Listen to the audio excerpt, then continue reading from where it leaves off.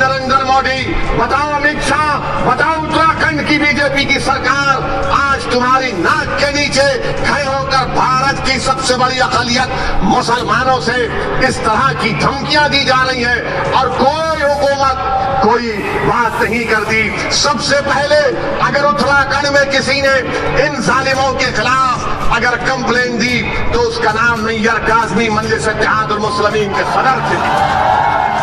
उन्होंने जाकर police station में कंप्लेन दर्ज कराई। अब अफसोस इस बात का होता है कि जो लोग आज मुझे फिरका परस्त कहते हैं, जो मेरी पार्टी को फिरका परस्ती का इल्जाम हम पर लगाते हैं, हम इनसे एक ही सवाल करना चाहते हैं। बताओ उत्तराखंड के हरिद्वार में जो धर्म संसद के नाम पर जो मुसलमानों के खिलाफ बातें की गई, इस पर आप अपनी खामोशी कब तोड़ेंगे? उत्तराखंड में बीजेपी की सरकार है। बताओ अमित शाह, तुम निजाम की बात करते हो, उत्तराखंड में तो आपका निजाम है। आपके निजाम के तहत वहां पर धर्म संसद होता है। पूरी बीजेपी की सरपरस्ती में उत्तराखंड हरिद्वार में धर्म संसद होता है। नरेंद्र मोदी के आशीर्वाद से, अमित शाह की ताईद से और योगी की पूरी भरपूर हिमायत से उत्तराखंड में धर्म संसद में इस बात का ऐलान किया जाता है कि जिस तरह म्यांमार में रोहिंग्या मुसलमानों को उनको मुल्क से निकाल दिया गया, उसी तरह भारत के मुसलमानों का हशर करने की बातें की जाती हैं। कहा जाता है कि 20 लाख मुसलमानों का कत्ल कर दिया जाए, मगर आपको जानकर हैरत नहीं होगी, आपको ताज्जुब भी नहीं होगा कि जब मुसलमानों को कत्ल आम की दावत दी जाती है, मुसलमानों को बर्बाद करने की बातें की जाती हैं, तो किसी एक को भी उत्तराखंड की हुकूमत ऐसी बुज़दिल और मुखन्निस हुकूमत है कि इन धर्म संसद में इस तरह की नफरत की बातें करने वालों के खिलाफ एक को भी गिरफ्तार नहीं किया जाता। और जो जहर उगल रहे थे वो उल्टा पुलिस के पास जाकर कुरान करीम अल्लाह के कलाम के ताल्लुक से एफआईआर दर्ज करते हैं और इंस्पेक्टर साहब के सामने हंसते हुए मुस्कुराते हुए बात कर रहे हैं। ये भारत है जिसको आपको समझना है। ये वो भारत नहीं है जिसको हमारे बुजुर्गों ने अंग्रेजों से आजाद करवाया था। ये जो मौजूदा भारत है, ये वो भारत नहीं है जिसको सन 57 की जंग आजादी में हमारे बुजुर्गों ने अपने खून से सरजमीन को लाल किया था।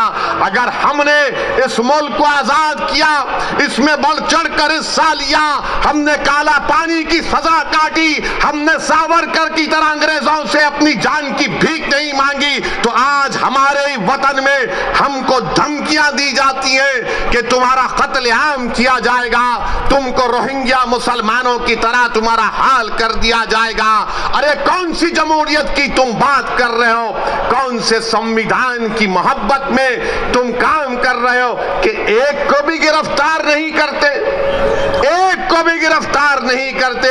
बताओ नरेंद्र मोदी, बताओ अमित शाह, बताओ उत्तराखंड की बीजेपी की सरकार, आज तुम्हारी नाक के नीचे खड़े होकर भारत की सबसे बड़ी अक़लियत मुसलमानों से इस तरह की धमकियां दी जा रही हैं और कोई हुकूमत कोई बात नहीं करती। सबसे पहले अगर उत्तराखंड में किसी ने इन जालिमों के खिलाफ अगर कंप्लेन दी तो उसका नाम नैयर काज़मी मजलिस इत्तेहादुल मुस्लिमीन के सदर थे। उन्होंने जाकर पुलिस स्टेशन में कंप्लेन दर्ज कराई।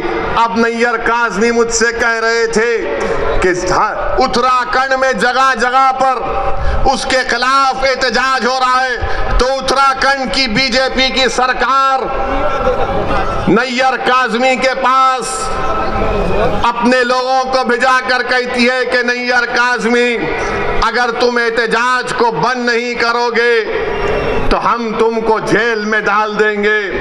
मैं उत्तराखंड की सरकार से कहना चाह रहा हूं, जेल में डालना है डाल दो, मगर याद रखो तुम हक की आवाज को दबा नहीं सकोगे। अगर आज नैयर काज़मी ने कंप्लेन दी तो भारत के संविधान को बचाने के लिए कंप्लेन दी।